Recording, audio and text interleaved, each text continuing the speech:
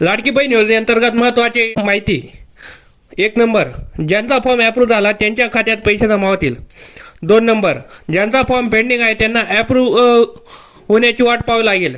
3 number, ज्यांचा form in review आहे त्यांना फॉर्म लवकर ॲप्रूव्ह होईल पण थोडा वेळ लागेल. 4 नंबर, फॉर्म डिसॲप्रूव्ह झाला तर त्याला एडिट करा, परत सबमिट करा. एडिट होत नसेल तर एडिट ऑप्शन येत नसेल तर पुढच्या अपडेटची वाट पहा. 5 नंबर, फॉर्म रिजेक्ट झाला असेल तर नवीन फॉर्म भरावा लागेल, पण नवीन फॉर्म सध्या भरले जात नाही, ते फॉर्म तुम्हाला साईटवरती भरले जातील.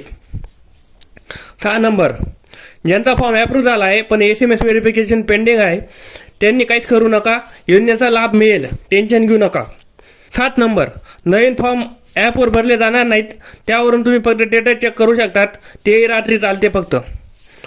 तर अजून काही तुमचे मनात शंका असेल तर त्या कमेंट करा, आपण लवकर त्यांचे सोल्युशन आणू. तर धन्यवाद. अशाच व्हिडिओसाठी आपल्या चॅनलला जॉईन राहा.